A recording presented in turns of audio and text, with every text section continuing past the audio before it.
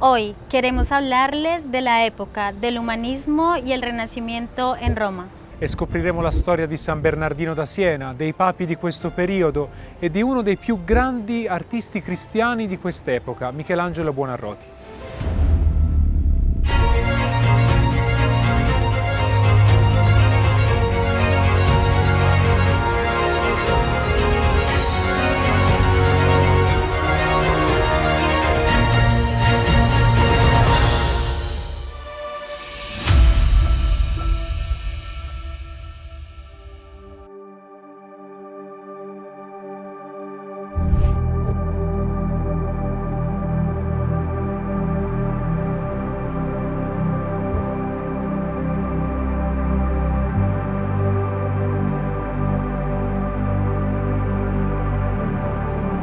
Saint Bernardino was born in Siena in 1380, the same year that Saint Catherine of Siena died. The frescoes by Pinturicchio, present in the chapel of the church of Araceli, tells the story of his life.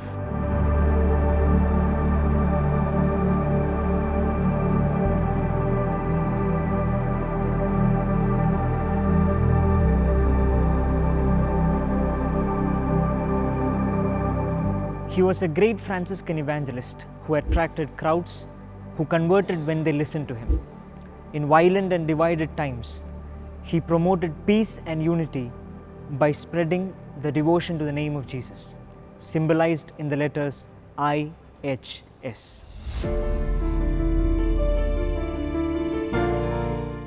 His apostolic activity aroused envy and suspicion, even among the members of the clergy. They accused him for being a heretic and idolater for spreading this symbol. He also proposed replacing coats of arms with the name of Jesus. He underwent 3 trials before the Inquisition. He came to Rome to defend himself and stayed here in the Araceli convent near the Capitoline Hill. His self-defense in the trial caused a sensation. He was acquitted, and Pope Martin V, who had forbidden him to preach, asked him to preach to the Roman people for 80 consecutive days. His ministry arose enthusiasm and conversions.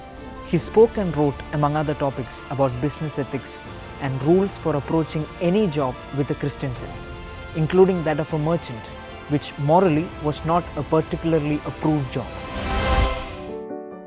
At the time of Pope Martin V, of whom we have just spoken, the Western Schism, which had done great damages to the Church from 1378 to 1418, ended. The first concern of the Martin V was to bring Rome out of its misery, making it reborn in political greatness, cultural, artistic of the city. He has begun the period of artistic and cultural splendor, first with humanism, then with the Renaissance, which is one of the greatest eras in the history of arts. Many popes did not stand out for their good conduct and their religiosity, but they were great patrons and providers for intellectuals, writers, philologists, and artists.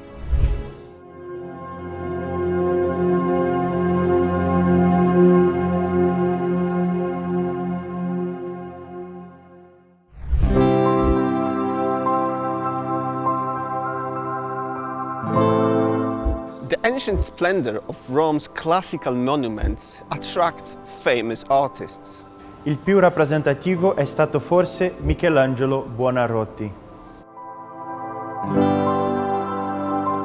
His works allow us to appreciate that wonderful synthesis between the classical art and Christianity. Come ad esempio nella Statua della Pietà o nella cupola di San Pietro, anch'essa opera firmata da Buonarroti.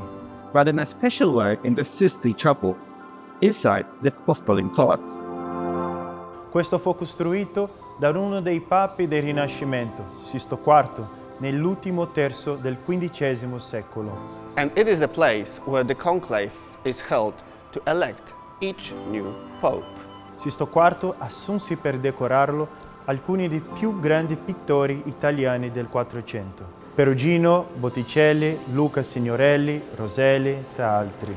In 1508, Julius II commissioned Michelangelo to decorate the ceiling, and years later, in 1536, on the back wall, the representation of the Last Judgment. Michelangelo created a revolutionary and sublime work. Le scene sono penetrate da una luce, quella di Dio, creatore di ogni bellezza.